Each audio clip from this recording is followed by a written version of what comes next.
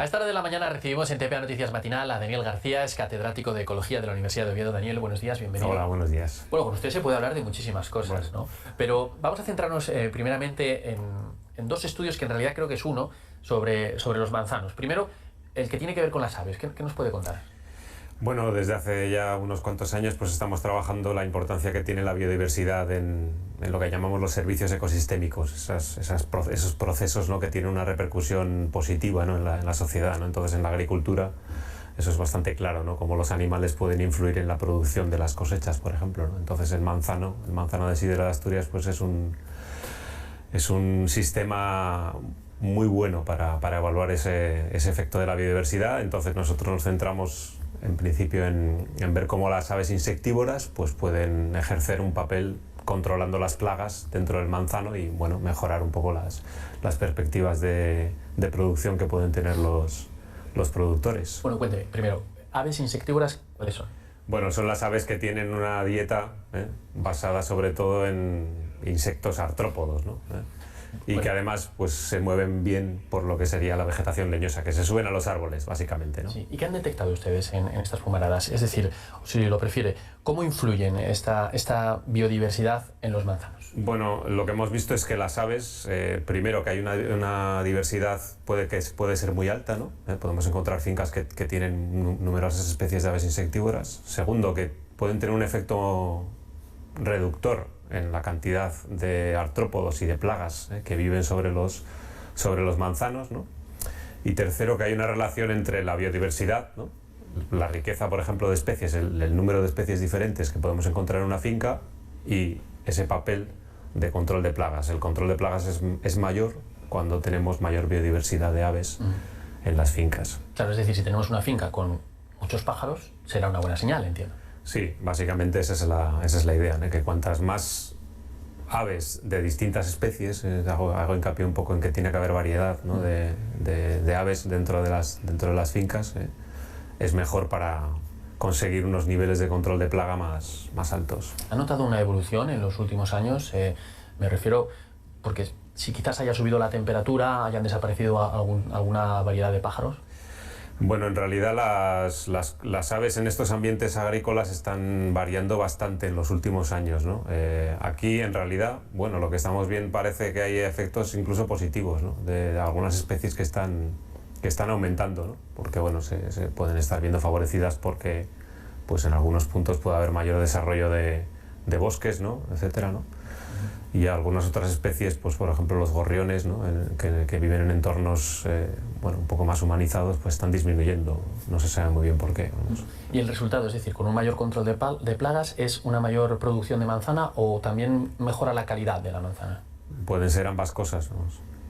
En principio los efectos sobre la producción, bueno, al ser manzana de sidra, al no ser manzana de mesa, no son tan evidentes, ¿no?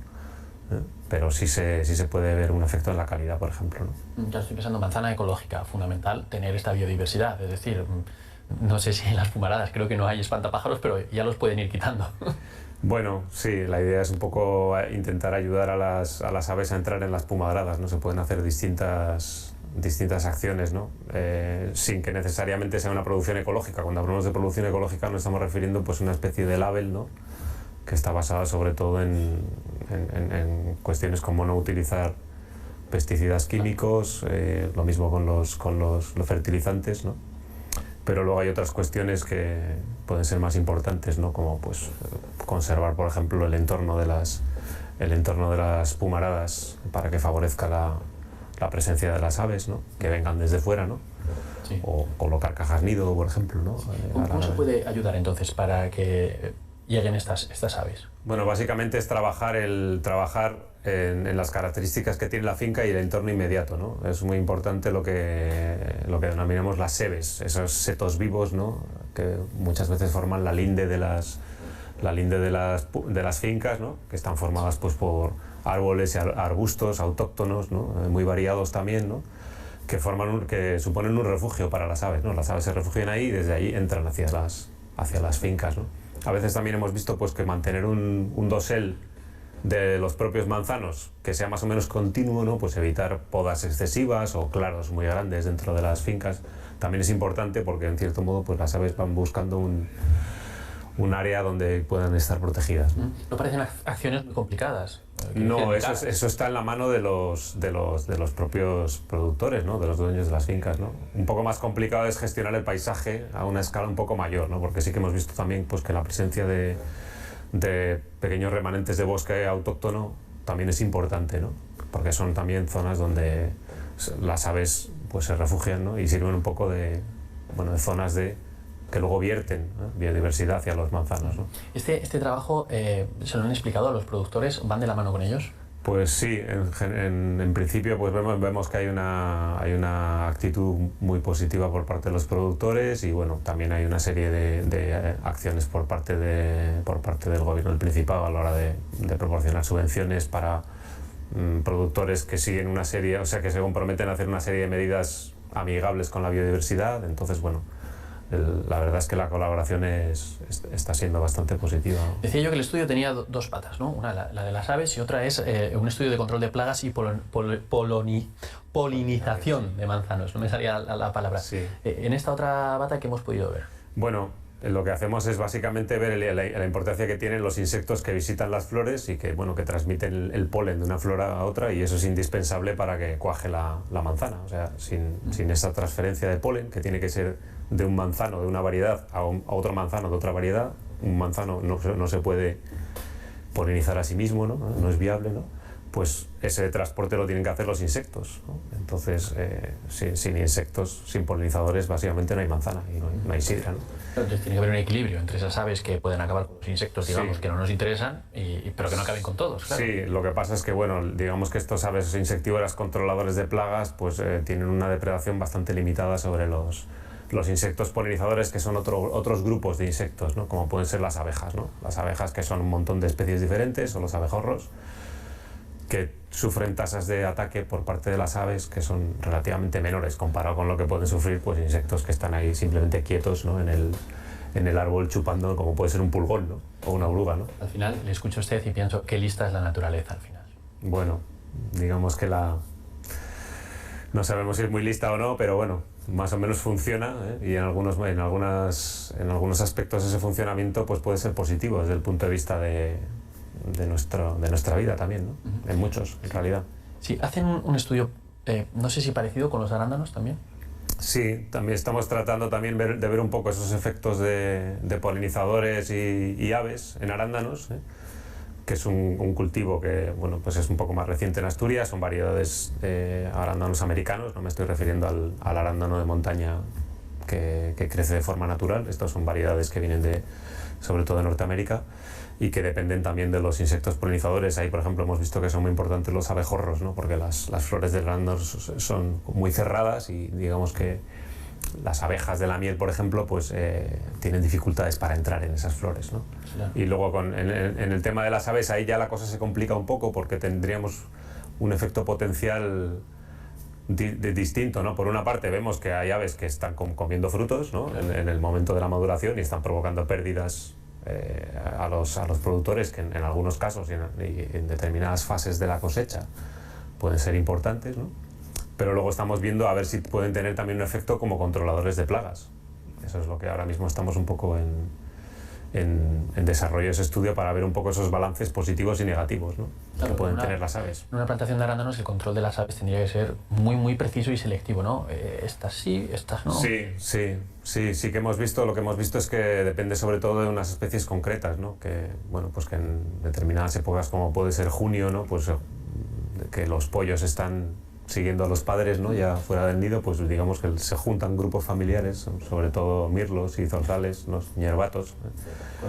Con hambre. Con mucha hambre, ¿no? Y es un fruto que es muy fácil de consumir y, claro. bueno, en esos casos pues sí que hemos visto que en esa producción de las variedades tempranas las pérdidas por aves pueden ser importantes, ¿no? Luego en las variedades más tardías, bueno, digamos que el efecto se disminuye mucho. Mire, antes de la entrevista le preguntaba yo por la velutina y me decía que sí que tiene incidencia sobre el arándano. ¿Qué incidencia tiene? Bueno, en algunas fincas sí que hemos visto también que obviamente la velutina, pues el arándano es un fruto muy apetecible, muy blandito, ¿no? Es relativamente pequeño, la cubierta del fruto es relativamente blandita, entonces bueno, pues las velutinas directamente lo comen, lo atacan o lo dañan, entonces ya el fruto está dañado, ¿no?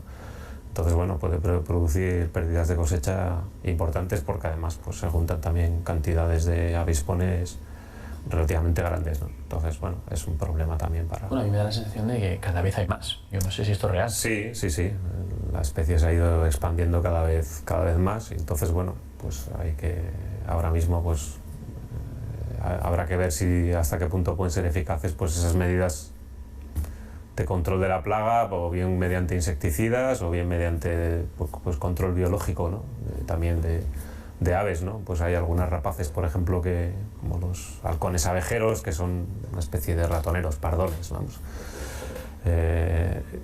que comen nidos, o sea, se alimentan de los nidos de avispones, ¿no? Lo que pasa es que, bueno, para ser efectivos, pues bueno, habrá que ver si las densidades de esas rapaces son suficientes como para aminorar las altas densidades de avispón asiático que tenemos, ¿no? Sí, pero en cualquier caso habría que quizás replantearse lo que se está haciendo porque no sé si está funcionando. Bueno, ahora no sé, se oyen los últimos comentarios así del uso de determinados insecticidas que se aplican sobre las avispas, ¿no? Directamente en el cuerpo de las avispas, de forma que puedan transportar al nido y cuando están en los nidos, pues digamos que se transmite el veneno, parece que pueden ser bastante eficientes. Habrá que ver.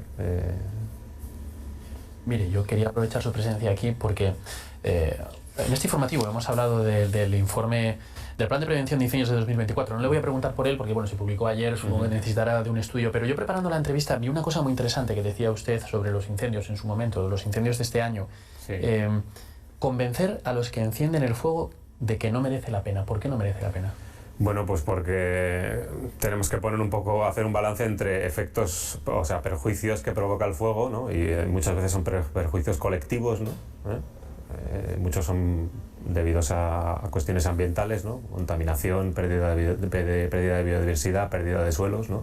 Frente a los pocos beneficios individuales que puede generar quemar un monte, ¿no? Pues supongamos que se hace para pues la clásica visión de uso tradicional del monte para abrir pastos, ¿no? Habrá que ver si realmente esos pastos que se producen quemando luego repercuten de forma significativa en la producción ganadera, ¿no? O es un factor que al final se diluye porque pues la producción ganadera depende más pues de las enfermedades que pueda tener el ganado o el pienso que se le esté dando ese año, ¿no? Sí, pero hablamos de una labor casi pedagógica, ¿no? Convencer al ganadero y al agricultor que, bueno, no merece la pena. Claro, y luego también, bueno, hacer un poco conciencia de que hay muchos perjuicios colectivos, y pocos beneficios individuales. Sí. Entonces... Y mire, la última pregunta. Yo es que no puedo evitar preguntárselo. Catedrático de Ecología de la Universidad de Oviedo, ¿cuántas veces le han preguntado por el lobo? Pues a mí no muchas, porque tampoco trabajo en esa problemática, pero bueno... puedes preguntar si quieres. ¿Cómo puede convivir el lobo con la ganadería, con la actividad humana? Pues buscando herramientas que permitan esa compatibilidad, ¿no? Sobre todo, bueno, aumentar lo que es la presencia de la gente en el cuidado de los rebaños, utilización de mastines, por ejemplo, para cuidado de los rebaños, pues bueno, parece que puede ser bastante efectivo, ¿no? Nuevas tecnologías que puedan ayudar a evaluar o a predecir en cierto modo pues los ataques de lobo a base de radiomarcaje de lobos para ver sus territorios y ver cómo coinciden con las zonas donde se está moviendo el ganado, pues localización también instantánea del ganado a través de dispositivos electrónicos. Bueno, se pueden hacer bastantes cosas, ¿no? ¿Control del lobo o ese eufemismo que se usa para decir matar a algún lobo? Se ha visto que no es efectivo desde el punto de vista de la prevención de daños. O sea, no hay evidencias científicas de que matando lobos disminuyan los daños. De hecho, las pocas evidencias que hay van en el sentido contrario, porque hay un efecto de modificación del comportamiento de los lobos, ¿no? Cuando se desbarajustan las manadas, ¿no? que puede repercutir negativamente en el aumento de daños. Pues Daniel García, catedrático de Ecología de la Universidad de Oviedo, ya le dije que había muchas cosas de las que podíamos hablar con usted. Gracias por venir hasta aquí para hablarnos de este estudio tan interesante y a ver cómo evoluciona y cómo evolucionan las fumaradas asturianas. Muy bien, muchas gracias a vosotros por vuestro interés.